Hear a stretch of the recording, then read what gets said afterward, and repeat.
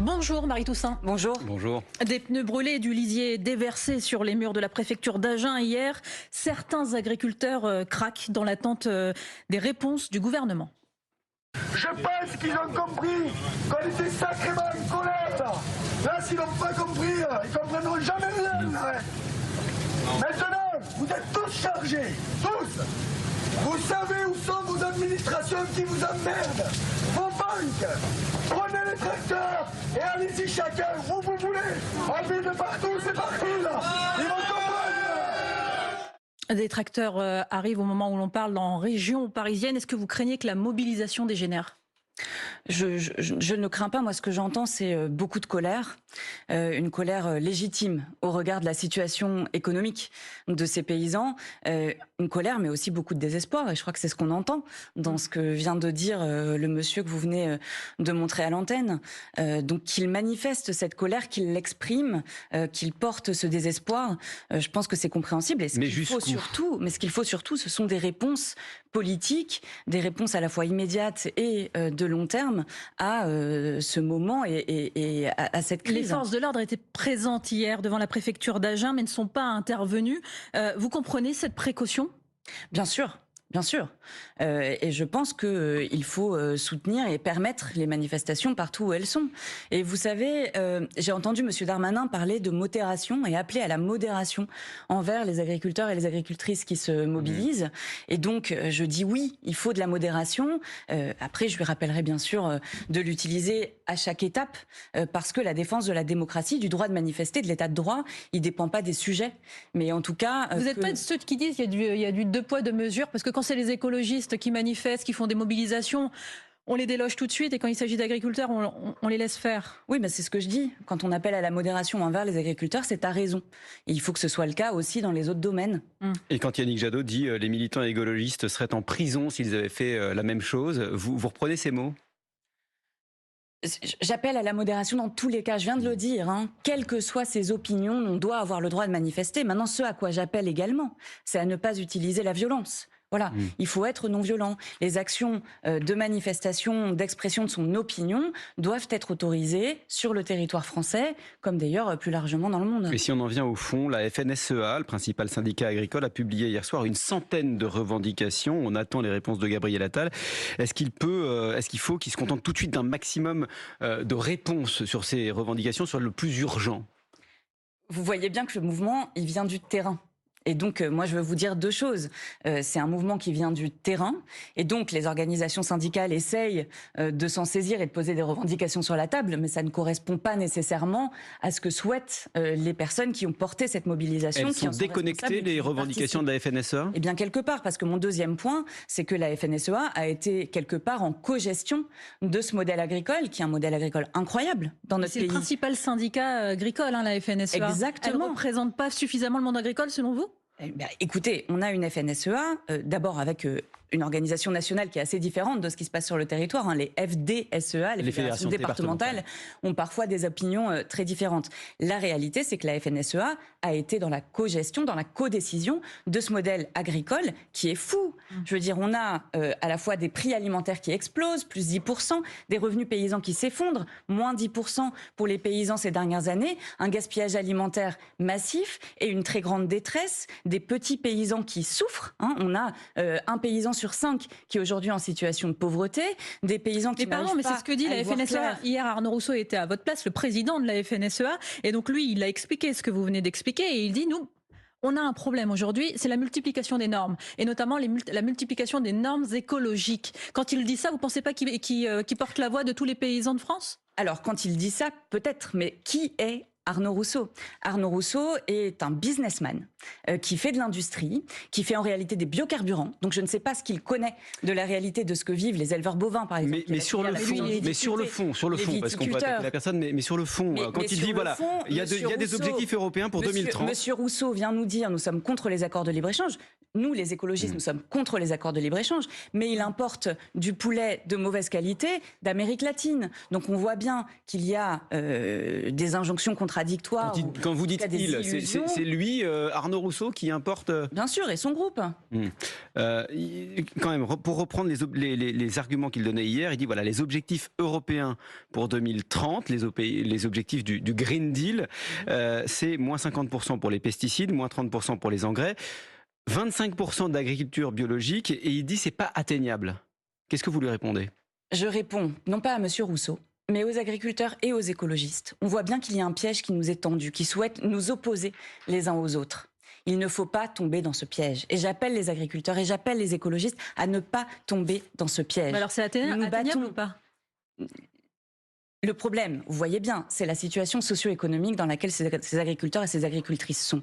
Je vous ai parlé du seuil de pauvreté. On pourrait parler des retraites. Une agricultrice, sa retraite moyenne, c'est 570 €. Est-ce que c'est tolérable pour des gens qui ont passé leur vie à travailler jour et nuit pour nous nourrir? Mais on est d'accord pour dire ça, Marie Toussaint, les agriculteurs disent ça. Vous dites ça ce matin. Les agriculteurs disent aussi, en fait, on n'arrive pas à manger nous-mêmes parce qu'en fait, on a trop de normes. On subit trop de normes, et notamment des normes écologiques. Le problème, ce n'est pas le pacte vert et les lois écologistes qui protègent. Le problème, ce sont le pacte vert, la PAC, pardon, cette PAC qui est éminemment inégalitaire, qui donne 80% des subventions à seulement 20% des exploitations qui sont les exploitations industrielles. Le problème, c'est le modèle économique avec le libre-échange qui vient introduire de la concurrence qui est une concurrence déloyale envers dans vos propositions les agriculteurs. Dans un instant, et le problème, c'est aussi ce modèle économique qui fait que toutes les marges sont accaparées par la distribution et les transformateurs. Je vous ai dit des prix alimentaires qui explosent et des revenus qui diminuent. Donc il y a bien un problème quelque part dans ce modèle-là. C'est ça le problème. Et il y a pas un problème dans le Green Deal. Rentrons juste, sur les normes. J'essaie de rester sur les normes écologiques européennes. C'est le plan Farm to Fork de la ferme à la fourchette. Le Green Deal qui pose problème. C'est ce que disent les agriculteurs. La majorité politique aujourd'hui, qui pourrait atteindre, juste pour que les gens puissent comprendre en quoi il consiste. Plan qui, pour atteindre les objectifs dont a parlé Jérôme, oblige les agriculteurs à importer, du moins à la France à importer, parce qu'on doit par définition diminuer nos productions agricoles. Ça, c'est pas un problème? La majorité politique aujourd'hui en Europe a adopté une PAC qui va en contradiction avec tous les objectifs de protection de l'environnement. C'est ça la réalité. Il y a eu des choix qui ont été faits, qui continuent à être faits. On s'apprête à signer cet accord de libre-échange avec le Mercosur, donc avec l'Amérique latine, qui va introduire cette concurrence-là. La majorité politique aujourd'hui en Europe n'est pas la bonne. Et vous savez, les Verts sont le seul groupe politique qui s'est opposé unanimement à cette PAC. D'accord. Vous répondez pas à ma question. Mais si, parce que c'est le modèle économique qui étrangle les agriculteurs aujourd'hui. Et vous comprenez bien que les agriculteurs sont les premiers amoureux de leurs terres. Ils aiment avoir des terres qui sont fertiles, où il y a de l'eau, où il y a des haies, où il y a de la biodiversité. On a un déclin des pollinisateurs incroyable. Et on entend sur les ronds-points et dans les témoignages dans les médias des agriculteurs qui disent mais attendez, moi j'ai de plus en plus de gens autour de moi qui souffrent de cancer. Et donc nous aussi, nous voulons cette diminution des pesticides. Nous aussi, nous voulons cette transition écologique. On est à Perpignan. Ils disent pas aussi rapidement parce qu'on n'a pas d'alternative. Il fait plus de 20 degrés au mois de janvier. Et donc, qu'est-ce qu'ils disent? Ils nous disent, nous ne pouvons pas mener cette transition si nous avons des difficultés financières qui sont si importantes. Et nous ne pouvons pas les mener aussi vite. Répondant à la question de la sécurité économique et sociale, et nous serons en capacité de faire la transition.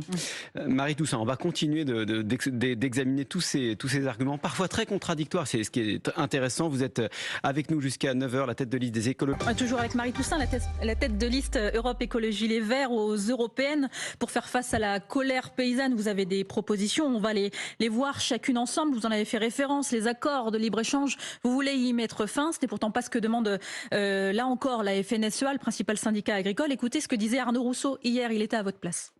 Je dis en tous les cas qu'il faut qu'on puisse continuer à commercer, parce que là aussi, restons lucides. Quand on boit un café le matin à cette heure-ci, ce ne sera pas une production française demain. Donc on n'est pas en train de dire qu'il faut fermer les frontières. On exporte des céréales, on exporte des vins et spiritueux. En tous les cas, il faut de la réciprocité.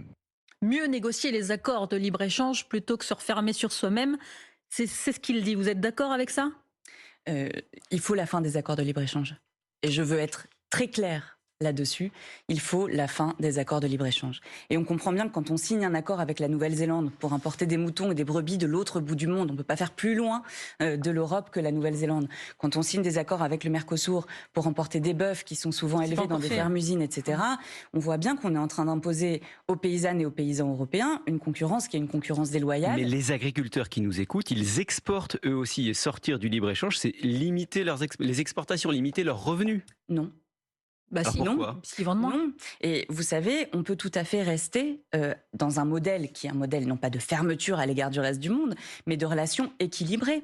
Donc de relations dans lesquelles on s'oppose effectivement à l'importation de produits qui sont produits avec des normes qui sont inférieures aux nôtres. Alors là, c'est autre chose, c'est ce qu'on appelle les clauses miroirs qu'il faudrait systématiser, c'est ça ? Oui, mais si on met en place des clauses miroirs, vous voyez bien qu'au fond, on sort des accords de libre-échange. Et puis on peut continuer à exporter. On peut négocier, c'est une question de négociation, c'est ce que disait Arnaud Rousseau. Alors, le libre-échange, le principe du libre-échange, ce n'est pas le commerce. Le libre-échange, c'est de dire on enlève tous les droits de douane. Donc vous voyez bien qu'il y a une contradiction entre les deux. Mais on peut continuer à échanger des produits de qualité, on peut continuer à échanger des AOP, on peut continuer à échanger du bio. Voilà, donc tout ça, on peut le faire. Donc il faut sortir de ces accords de libre-échange. Je crois que c'est une absolue nécessité et que contrairement à ce que raconte M. Rousseau, c'est exactement ce qu'on entend aujourd'hui sur le terrain. Alors il y a une autre de vos propositions qu'il faut examiner. Vous proposez, pour commencer, l'annulation de la dette des agriculteurs. Vous dites c'est par ça qu'il faut commencer, sachant que l'endettement moyen par exploitation, c'est à peu près 200 000 euros. Ça représente combien au total ? Alors la dette, c'est plusieurs milliards, mais je veux préciser, parce que vous dites, vous avez 3 propositions, et ça fait système en réalité. Et donc je dis, oui, on a besoin à un moment de faire table rase, de recommencer à zéro, et de se dire, on annule la dette. La deuxième chose, c'est qu'on assure une prévisibilité, et la troisième, c'est qu'on sorte des accords de libre-échange, et qu'on reprenne en main le modèle économique. Mais sur la dette, j'y reviens, vous ne vous en faites pas, je ne vais pas éluder la question. Sur la dette, on a une dette qui est conséquente, qui vient étrangler les agriculteurs. Pourquoi ? Eh bien parce que on a une PAC, encore une fois, c'est le problème, qui finance à l'hectare. Et donc ça pousse les agriculteurs à toujours acheter plus d'hectares. Dès qu'ils peuvent, hop, ils achètent un hectare. Sauf que pour pouvoir acheter cet hectare et pour pouvoir le cultiver, ils achètent des machines. Parce que le système, c'est le fonctionnement à l'hectare et non pas le fonctionnement à l'actif au nombre de salariés. Donc la première chose à faire, c'est de dire, on annule les dettes à la MSA, la Mutualité Sociale Agricole. Parce ça représente combien ? Alors ça représente un certain montant, mais l'argent est là dans la PAC. Il y a des centaines de milliards d'euros dans la PAC. Exploitations endettées en moyenne à hauteur de 200 000 euros. Alors je sais pas, on peut faire la multiplication, je sais pas si ça a du sens, mais ça fait, c'est pas des milliards, c'est des dizaines de milliards. On est plutôt autour de 80 000. Il faut que vous me permettiez de développer. Mais c'est important. On dit, voilà, on annule les dettes à la MSA. C'est quelque chose qu'on a utilisé dans plusieurs des crises agricoles. La première des raisons de l'annuler, c'est pourquoi ? C'est pour dire, on entend la colère légitime des agriculteurs aujourd'hui dans notre pays. La deuxième chose, c'est de lancer un audit des dettes, en particulier des dettes des petites exploitations, parce que ce n'est pas l'agro-business, ce ne sont pas les grosses exploitations qui ont besoin qu'on annule leurs dettes, ils se débrouillent, mais par contre des petites exploitations. Et donc on fait cet audit et on termine par un plan d'apuration de ces dettes et on essaye de lier efficacement l'épuration des dettes à la transition écologique. Mais qui va payer ? Encore une fois, la PAC a des centaines de milliards qui sont aujourd'hui d'ailleurs pas déversés, pas reversés aux agriculteurs. Ils en demandent le reversement immédiat et ils ont bien raison. Et nous les soutenons dans cette direction. Donc quand il y a des exploitations qui sont financées en fonds propres, c'est ce qu'on va dire aux banques, on annule la dette ? Eh bien, on peut aussi demander aux banques effectivement un effort. Je crois que c'est tout à fait possible. C'est pour ça qu'elles vont dire oui. Mais vous savez, on nous dit souvent que les fonds manquent. Alors je vais faire un petit écart et ne pas vous parler du modèle agricole, mais la majorité politique aujourd'hui en Europe est en train de remettre sur la table un pacte de stabilité budgétaire qui va empêcher tout investissement dans la transition écologique dont nous avons impérativement besoin, y compris pour les paysannes et les paysans de ce continent. Mais on vous répondra que nous sommes un pays qui est endetté aujourd'hui à hauteur de 3 000 milliards. Exactement, et donc ce pacte de stabilité, il va empêcher tout investissement. Et donc, en fait, il faut les changer, les règles. Il faut parler de soutenabilité de la dette, de comment est-ce qu'on est en capacité de la rembourser, plutôt que de son montant de façon... alors, une négociation compliquée qui s'annonce avec l'annulation de la dette. Vous proposez aussi un revenu garanti pour les agriculteurs, pour tout le monde ? Alors, ce que je demande, c'est une visibilité pour les agriculteurs sur 3 ans, sur les revenus dont ils vont pouvoir bénéficier. Aujourd'hui, tout est en bourse. Et donc, les agriculteurs ne savent pas, c'est un peu le loto, ils ne savent pas combien ils vont gagner, ni dans la semaine, ni dans le mois, ni dans l'année. Mais alors, un revenu garanti pour qui ? on a besoin de garantir la prévisibilité. J'ai mentionné le revenu garanti comme étant l'une des possibilités. Et donc, on peut dire que oui, les agriculteurs, pendant 3 ans, vont recevoir un certain niveau de revenu. On leur garantit la réception de ce revenu, de sorte à quoi? De sorte justement à pouvoir opérer les transformations qui sont nécessaires dans le monde agricole. Et donc, moi, je veux vraiment dire aux agriculteurs et aux agricultrices, nous comprenons que pour vous, c'est compliqué. Et quand dans les manifestations, on voit un agriculteur avec une pancarte de pendu et en disant aujourd'hui c'était lui, parce qu'on compte 2 suicides par jour chez les agriculteurs, et demain ce sera moi. Eh bien, quand on voit ça, on ne peut que se dire, garantissons-leur d'y voir clair. Sur mais pardon, là encore, Marie Toussaint, un revenu garanti de combien? Pour qui? Ça concerne combien de personnes? On a 400 000 exploitations en France. Dites-nous. Non, mais là où vous avez raison, c'est que les réalités agricoles sont éminemment différentes. Oui. Et que donc, quand on a un élevage, quand on a une ferme-usine, quand on a un viticulteur, les solutions ne sont pas toujours les mêmes. Mais un revenu garanti, là encore, c'est possible. Et je pense qu'on peut se dire qu'on peut... Et là, pareil, on va le chercher où, le revenu garanti? Mais dans la PAC. Je veux dire, vous savez que la PAC, elle permet déjà à pas mal d'agriculteurs de subvenir aux besoins. Il y a plein d'agriculteurs qui peuvent résister grâce à la PAC. Elle est indispensable. Elle est nécessaire et elle est indispensable. Aujourd'hui, encore une fois, on rémunère à l'hectare. Ce que ça veut dire, c'est qu'on donne beaucoup d'argent aux plus grands exploitants, à ceux qui ont des pratiques de destruction de l'emploi et de destruction des écosystèmes. Et donc cette PAC, il faut la changer. Et vous savez, ce sera la première des tâches de la prochaine mandature. Le 9 juin, il y a les élections européennes. Il faut absolument que la prochaine PAC, qui sera négociée juste après, permette cette transition, permette de faire revenir de l'emploi sur les territoires, s'occupe de la question de l'installation des paysans et garantisse le fait que nous protégions tant les écosystèmes que la santé des agriculteurs et évidemment de leurs revenus. C'est un choix politique que nous pouvons faire. Marie Toussaint avec nous jusqu'à 9h sur France Info. On laisse passer le fil info, on vous retrouve dans 1 minute. Marie Toussaint, la tête de liste, les écologistes aux élections européennes. La politique, c'est résoudre des contradictions, on en a tous. Et d'après le Haut Conseil pour le climat ce matin, la consommation alimentaire représente 22% de l'empreinte carbone des Français. Dans l'immense majorité, il s'agit de viande. Dire qu'il faut manger moins de viande, avec ce qui se passe aujourd'hui, avec les éleveurs qui manifestent en ce moment, est-ce que c'est audible? D'abord, je vous remercie de parler du climat, parce que je pense que c'est le défi de notre siècle et que c'est absolument essentiel et que nous, les écologistes, nous continuerons à nous battre sur le climat. Je réponds à votre question. Diminuer la consommation de viande, oui, c'est nécessaire si nous voulons préserver le climat et la santé. Maintenant, vous opposez la réduction de la consommation de viande à la situation des agriculteurs sur notre territoire. Mais on vient de parler pendant longtemps des accords de libre-échange.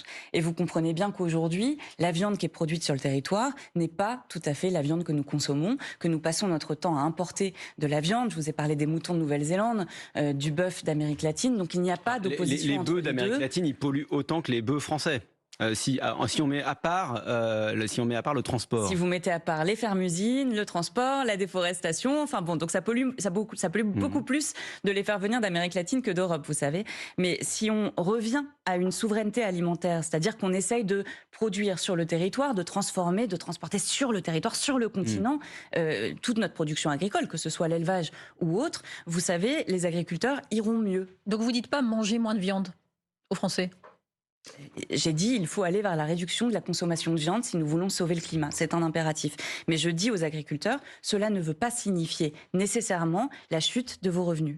Vous êtes députée européenne, candidate aussi, tête de liste écologiste. Le Parlement débat depuis hier sur les nouveaux OGM, des plantes plus résistantes aux maladies. Les chercheurs espèrent que ça permettra de recourir le moins possible aux pesticides. Pour vous, les OGM, même s'ils sont nouveaux, même s'ils sont de nouvelle génération, c'est non? Alors, des OGM restent des OGM. Et donc, pour les écologistes, c'est non. Et nous n'avons eu de cesse, à travers les décennies, d'interpeller sur les dangers que représentent les OGM.